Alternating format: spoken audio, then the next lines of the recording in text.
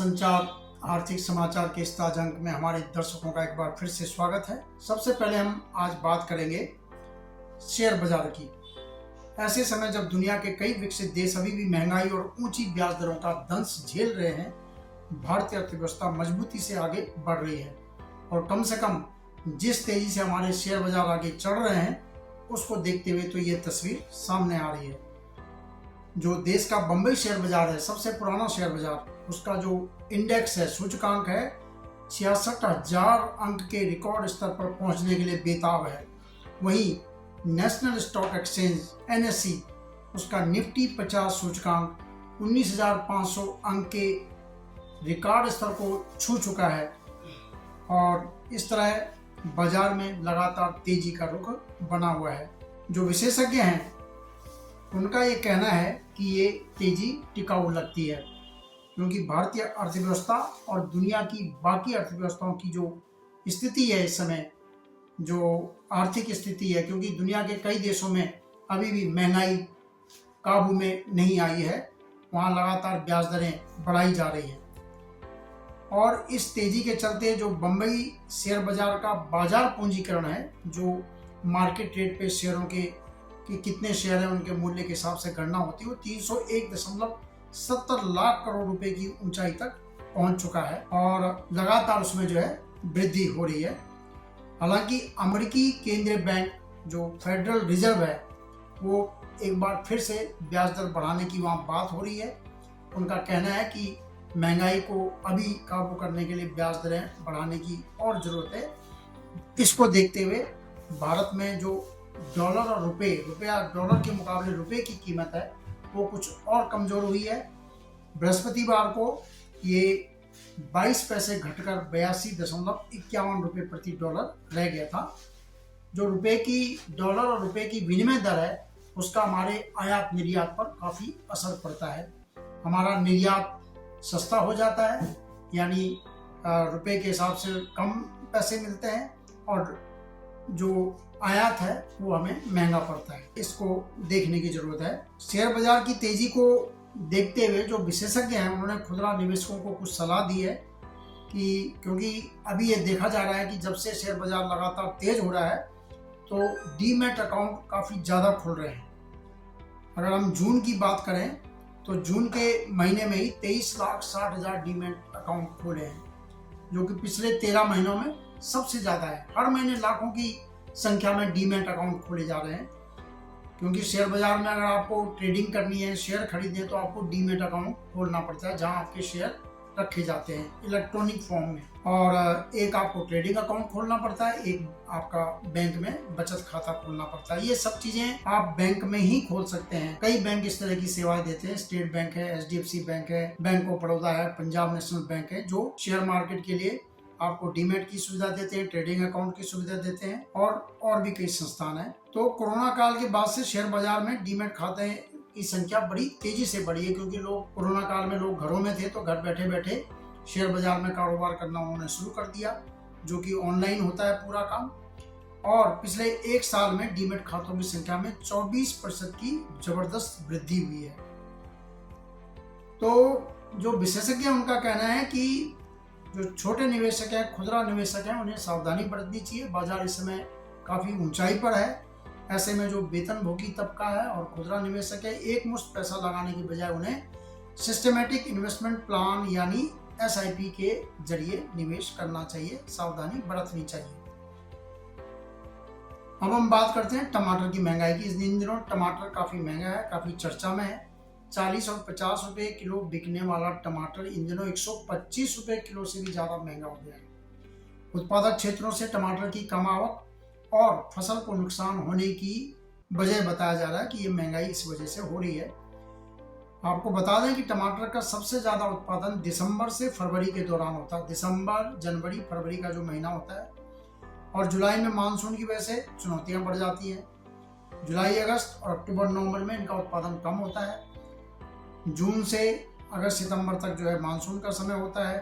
कहीं बाढ़ आ जाती है, कहीं भारी वर्षा होती है, फसलों को नुकसान हो जाता है, माल को लाना ले जाने में भी परेशानी होती है। तो इसकी वजह से कुछ सब्जियां हैं, टमाटर हैं, कभी प्याज कभी टमाटर, इनकी दाम जो है बढ़ जाते हैं और सरकार भी इस चीज़ को जानती है। तो इसमें यह है कि सरकार ने एक टोमेटो ग्रैंड चैलेंज हैकाथॉन की घोषणा की है और इसमें ये सुझाव मांगे गए हैं कि किस प्रकार जो ये कमी का मौसम है, जो मानसून का मौसम है, जब ये इस तरह की चीज़ें महंगी होती हैं तो उनको कैसे हम उनके दाम को एक स्तर पर, एक जो उसका होना चाहिए उस पर हम रख सकते हैं। इसके लिए सुझाव मांगे गए हैं और उन सुझावों को मांगने के लिए टोमेटो ग्रैंड चैलेंज हैकाथॉन शुरू किया है। ये जो उपभोक्ता मामले मंत्रालय है उसने शिक्षा मंत्रालय के नवाचार प्रकोष्ठ के साथ मिलकर इसकी तैयारी की है। तो इसमें फसल से लेकर, टमाटर की फसल से लेकर बाजार के बारे में जानकारी, कैसे उसको बेहतर ढंग से रखा जा सकता है, उसकी पैकेजिंग कैसे हो, भंडारण कैसे हो, लंबे समय तक कैसे उसे ताज़ा रखा जा सके, इसके बारे में तमाम लोगों से सुझाव मांगे हैं।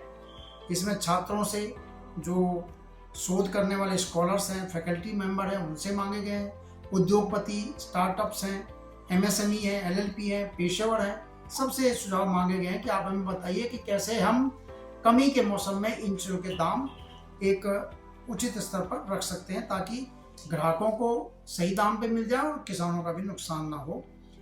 तो इसके लिए जो भी विचार सबसे अच्छा होगा, जिसे विजेता घोषित किया जाएगा, उसको जो है उसका मूल्यांकन होगा विशेषज्ञों की टीम द्वारा, उसका एक प्रोटोटाइप बनाया जाएगा और फिर बड़े पैमाने पर उसका जो है बाजार में, फील्ड में उसको अमल में लाया जाएगा। तो जो भी इसमें आवेदन करना चाहते हैं उनको एक पोर्टल बनाया गया है मिनिस्ट्री के, उसमें वो कर सकते हैं।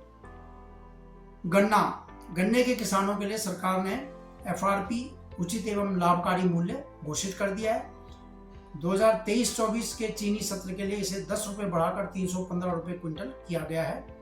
इससे जो 5 करोड़ गन्ना किसान हैं, देश के कई राज्यों में गन्ना पैदा होता है और गन्ना चीनी मिलें खरीदती हैं, उससे चीनी बनती है, अब एथेनॉल बनने लग गया है और खंडसारी, गुड़, तमाम चीज़ें जो है इसका उत्पादन होता है।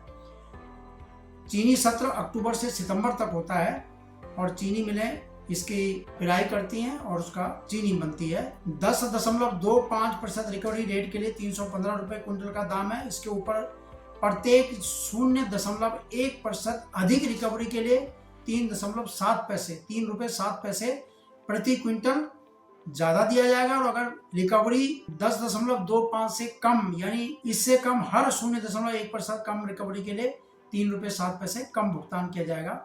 लेकिन उसकी एक सीमा रखी गई है, उससे कम नहीं होगा, चाहे रिकवरी कितनी भी हो। और सरकार का कहना है कि गन्ना उत्पादन की लागत इस समय 157 रुपये क्विंटल है, जबकि सरकार ने जो मूल्य तय किया वो 315 रुपये क्विंटल तय किया है और ये लागत के मुकाबले 100.6% ज्यादा है। 2013-14 में गन्ने का FRP 210 रुपये क्विंटल था और अब ये है 315 रुपये क्विंटल तय किया गया है। वास्तव में सरकार ने गन्ना और चीनी क्षेत्रों को उसकी बेहतरी के लिए कई अहम कार्य किए हैं। आज से 4-5 साल पहले की अगर हम बात करें तो चीनी मिलें गन्ने का भुगतान नहीं कर पा रही थी, मिलों में स्टॉक जमा हो रहा था, उत्पादन ज्यादा हो रहा था और खपत जो है कम थी, तो ये हो रहा था। निर्यात के मोर्चे पर निर्यात नहीं कर पा रहे थे क्योंकि वहाँ दाम कम मिल रहे थे, हमारी लागत ज्यादा थी। तो इन तमाम चीज़ों को सरकार ने चीनी मिलों की समस्या, गन्ना किसानों की समस्या को देखते हुए निर्यात के लिए चीनी मिलों को सब्सिडी दी, उनका निर्यात शुरू हुआ, निर्यात का कोटा तय किया गया और चीनी मिलों को एथेनॉल, जो पेट्रोल डीजल में कुछ परसेंटेज एथेनॉल मिलाने की शुरुआत की है, उससे चीनी मिलों को काफ़ी फायदा हुआ है। उनमें नकदी की प्रवाह जो है शुरू हुआ और धीरे धीरे जो गन्ने के किसान हैं उनका भुगतान किया जाने लगा और उनकी वित्तीय स्थिति आज की तारीख में अगर हम बात करें तो उस समय के मुकाबले काफ़ी बेहतर है। सरकार भी ये दावा करती है और चीनी मिलों के जो संगठन है वो भी इस बारे में बताते हैं। EPFO, कर्मचारी भविष्य निधि संगठन, ये ऊंचे वेतन पर पेंशन के लिए कर्मचारियों को जो एक विकल्प देने की बात कही गई थी, उसके लिए एक और मौका दिया गया है। इसकी शुरुआत उच्चतम न्यायालय के 4 नवंबर 2022 के आदेश आने के बाद शुरू हुई थी। EPFO ने उच्चतम न्यायालय के आदेश के बाद कर्मचारियों को 26 फरवरी 2023 से लेकर और 3 मई 2023 तक का सबसे पहले समय दिया कि आप अगर ऊंचे वेतन पर पेंशन पाने के लिए अगर आप विकल्प चुनना चाहते हैं तो आप आवेदन कीजिए। उस तिथि को बढ़ाकर बाद में 26 जून 2023 किया गया और अब एक बार फिर इसे 11 जुलाई 2023 तक बढ़ा दिया है। और ईपीएफओ ने कहा कि अब तक उसे 16,06,000 आवेदन इसके मिल चुके हैं। यानी पहले एक सीमा थी, आपका बेसिक पे कितनी भी हो, लेकिन उसमें से 15,000 रुपए की सीमा तक के लिए ही आप पेंशन के कोष में पैसा जाता था 8.33। लेकिन एक मामला बीच में आया तो उसमें सुप्रीम कोर्ट ने व्यवस्था दी है कि कर्मचारियों को उनकी जो मूल वास्तविक बेसिक पे है, चाहे वो 20,000 है या 25,000 है, उस पर पेंशन के लिए उनको एक विकल्प दिया जाए। जिनको चाहिए वो उसके लिए विकल्प अपना सकते हैं। तो इसके लिए आपको ईपीएफओ में पैसा भी जमा कराना पड़ेगा। अगर आपका पहले से वहाँ पैसा पीएफ में पड़ा हुआ तो उसमें से उसको समायोजित किया जा सकेगा। तो इसके लिए अब 11 जुलाई तक का समय है। जो भी उसमें विकल्प को अपनाना चाहते हैं उसके लिए समय है। 1 जुलाई 2023 को देश में जीएसटी व्यवस्था लागू हुए 6 साल पूरे हो गए हैं और 6 वर्ष पूरे होने के मौके पर 1 जुलाई को एक कार्यक्रम आयोजित किया गया। वित्त मंत्री निर्मला सीतारमण उसमें मुख्य अतिथि थी। उन्होंने कहा कि आज जीएसटी जो है 1 करोड़ रुपए से ऊपर जो है हर महीने जीएसटी की प्राप्ति हो रही है। बड़ा अविश्वसनीय लगता है उस समय के मुकाबले जब ये बहुत कम हो रहा था। 1 लाख रुपए से भी कम, 1 लाख करोड़ से भी कम जीएसटी प्राप्ति हो रही थी। उसके मुकाबले आज 1,60,000 करोड़ रुपए और उससे ज्यादा जो है जीएसटी मिल रही है। तो ये अविश्वसनीय है। जून 2023 में 1,61,497 करोड़ रुपए की जीएसटी प्राप्ति हुई है और ये लगातार जो है एक स्तर इसका बेहतर होता जा रहा है। उन्होंने कहा कि कई लोग जीएसटी को लेकर भ्रम फैला रहे हैं कि जीएसटी लागू होने के बाद लोगों पर कर का बोझ बढ़ा है। ये सब झूठ है, ये गलत है। जीएसटी को लेकर भ्रामक जो बातें होती है उनको रोका जाना चाहिए। उन्होंने कहा कि जो आम दूध पाउडर हो गया, चाय, तेल, टूथपेस्ट, साबुन जैसी कई आम उपभोग की जो चीजें हैं उन पर जीएसटी, उन पर जो पहले जीएसटी से पहले जो बिक्री कर के तौर पर लगता था, जीएसटी लागू होने के बाद उसकी दर में काफी कमी आई है। कई चीजों पर जो 28% लगता था उनको घटा के 18 किया गया है और कईयों पर 18% था उनको 12 किया गया है। ये तमाम चीजें हैं। उन तो कुल मिलाकर पहले टैक्स के ऊपर टैक्स लगता था। आप कच्चा माल लेते थे, उस पर टैक्स देते थे तो उसकी लागत उसमें शामिल हो जाती थी। लेकिन जीएसटी व्यवस्था में जो पहले आप टैक्स दे चुके हैं उस टैक्स को फाइनल टैक्स में से कम कर दिया जाता है। तो इसका कहीं ना कहीं उपभोक्ताओं को लाभ हो रहा है, राज्यों को भी लाभ हो रहा है, केंद्र को भी लाभ हो रहा है। राज्यों को भी जीएसटी के रूप में अधिक जो है उनका प्राप्ति हो रही है और ये पूरी व्यवस्था ऑनलाइन है। इसमें जुलाई 2017 में जहां करदाता थे 67,83,000 थे, वही जून 2023 में इनकी संख्या बढ़कर 1,40,00,000 पर पहुंच गई है। यानी लगातार करदाता भी इसमें बढ़ रहे हैं और करों के दर में जो है एक रूपता आई है। पूरा देश में एक देश एक कर के रूप में इस प्रणाली ने अपना काम किया है। तो फिलहाल इस एपिसोड में इतना ही। अगले एपिसोड में फिर एक बार आपसे मुलाकात होगी। हमारे वीडियो को शेयर कीजिए, लाइक कीजिए और सब्सक्राइब कीजिए। नमस्कार।